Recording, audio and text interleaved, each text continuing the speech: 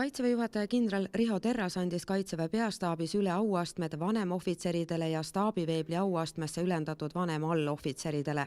Auastmeid üle andes ütles kindral Terras, et vanemohvitseridele ja allohvitseridele on pandud kõrged ootused ning ta julgustas rohkem otsustama ja vastutama. Koloneli või mereväe kapteni auastmesse ülendati 8 kaitseväelast, kolonel-leitnanti või kaptenleitnanti auastmesse ülendati 26 kaitseväelast ning majori või kaptenmajori auastmesse 35 kaitseväelast. Koos vanemohvitseridega said Kaitseväe juhatajalt auastme tunnused ka staabiveebliks ülendatud 7 vanem-allohvitseri. Traditsiooniliselt annab kõrgemate ohvitseride auastmed üle president, vanemohvitseride auastmed Kaitseväe juhataja.